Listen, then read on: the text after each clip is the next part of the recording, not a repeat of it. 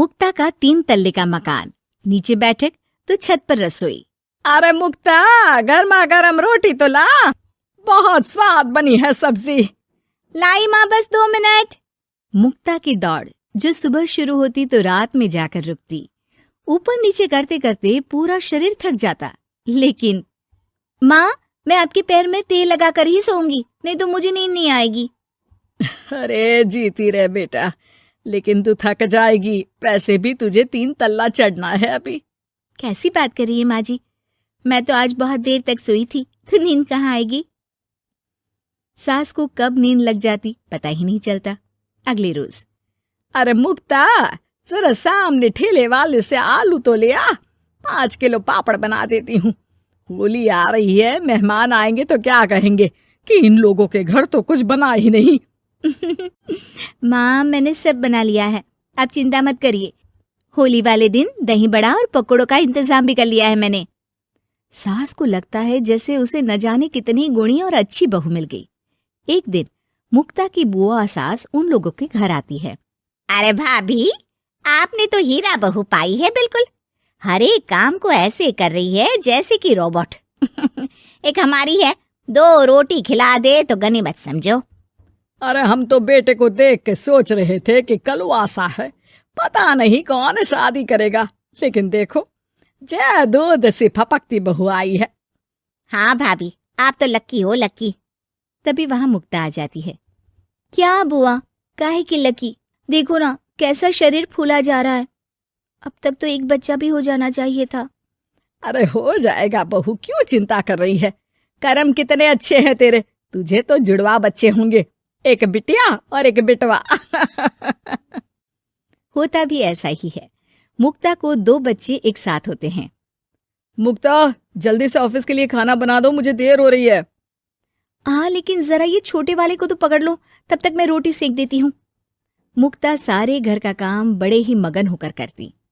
क्या पति, क्या सास, क्या बच्चे, रिश्तेदार, सभी की जरूरतों का ख्याल वो बखूबी रखती। लेकिन भाई चांद को भी ग्रहण लग जाता है।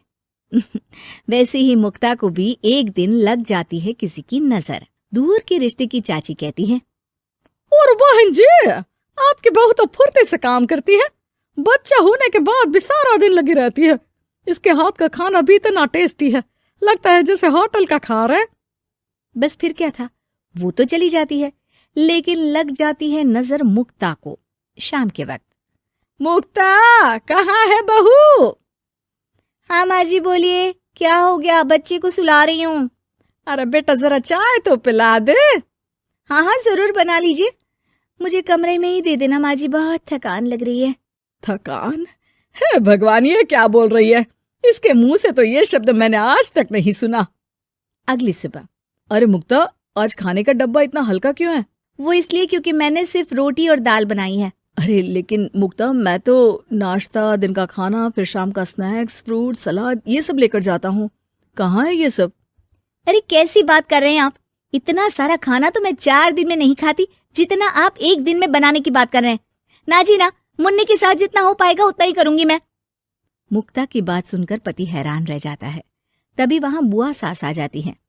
अरे मुक्ता, मेरे नाती का जन्मदिन है, भूल गई क्या? आज शाम को आना, और मुक्ता थोड़ा जल्दी आ जाना, मेरी बहू का हाथ बटा देना। किचन में वो तेरी तरह स्मार्ट तो है नहीं कि फट फटाक से काम कर ले। अरे बुआ, कैसी बात कर दी, फट फटाक से काम कैसे हो जाएगा, हम बहुएं हैं, रजनीकांत नहीं। बुआ देखो, आप काम के लिए पास के लल्लू हलवाई की बीवी को बुला लो, वो मदद कर देंगी, मैं तो नहीं आ पाऊंगी। बुआ सास को समझ में नहीं आता कि ये वो मुक्ता है जो 50 लोगों का खाना बनाकर भी चेहरे की चमक खोने नहीं देती थी। वही मुक्ता भी अपने कमरे में जाकर बिस्तर पर बैठ जाती है कि सास की आवाज आती है। मुक्ता, क्या हो गया बेटा, आज दोपहर के खाने की तैयारी नहीं करनी क्या? अरे माँ जी, अब नहीं होता मुझसे 3 तल्ले में ऊपर नीचे करना, आप लोग रसोई को ऊपर ही ले आओ। अरे पैरों में इतना दर्द होता है कि बता नहीं सकती। अरे लेकिन तू तो बोलती थी कि इससे तू फिट रहती है। अरे काहे के फिट माँ जी, हालत खराब हो रखी है। कौन ऐसा मकान बनवाता है कि जहाँ सोने का कमरा अमेरिका में है तो खाने का लंदन में। अरे रसोई बनानी है तो जाओ अफ्रीका। ना जी ना, मुझसे नहीं होगा इस घर का काम। मुक्ता की बदली हरकत किसी को समझ में नहीं आ रही थी। अरे ये मुक्ता को क्या हो गया है? मुझे तो लगता है इसकी माँ ने पट्टी पढ़ाई होगी। और ना जी ना, मुक्ता की माँ यानी मेरी समधन तो देवी है देवी। वो तो अपनी बेटी को ऐसे संस्कार दे ही नहीं सकती। मुझे माजरा कुछ और ही लग रहा है। तभी वहां मुक्ता हाथ में प्लेट और सब्जी लेकर आ जाती है। माजरा? किस बात का माजरा? खैर माँ जी, जरा ये सब्जी तो काट दीजिए। और हाँ, इसके बाद मैं आटा यहीं दे जाऊंगी, गूंद देना। हाँ हाँ, तू एक काम कर बेटा, गैस चूल्हा भी यहीं दे दे, बना भी दूंगी। अच्छा ठीक है, शाम को उसका भी इंतजाम कर देती हूँ। ये बोलकर मुक्ता वहां से चली जाती है। हे भगवान, ये तो वो मुक्ता है ही नहीं। अरे एक बार तो मुझे याद है, मेरे जूते भी इसने मुझे अपने हाथ से पहनाए थे। तभी सास के दिमाग की बत्ती जल जाती है। हाँ, कल वो कालिया की औरत आई थी ना, खूब तारीफ कर गई। उसके बाद से ही मुक्ता ऐसी हो गई है। फिर तो पक्का मान लो कि तुम्हारी बहू को नजर लगी है। एक काम करो, ये लो राई का दाना, दूर से बहू के ऊपर राम का नाम लेकर फेंक कर आ जाओ। जो नजर लगी होगी यूं भाग जाएगी। फिर क्या, होता भी ऐसा ही है। सास जैसे ही बहू पर राई फेंक कर वापस आती है, थोड़ी ही देर में मुक्ता भी आ जाती है। अरे माँ जी, आप ये सब्जी लेकर क्यों बैठी है? ना लाइए, मुझे दीजिए। और चाची, अब तक आपके हाथ में चाय का प्याला नहीं आया। रुकिए, मैं अभी लेकर आई। मुक्ता के जाने के बाद सास चैन की सांस लेती है।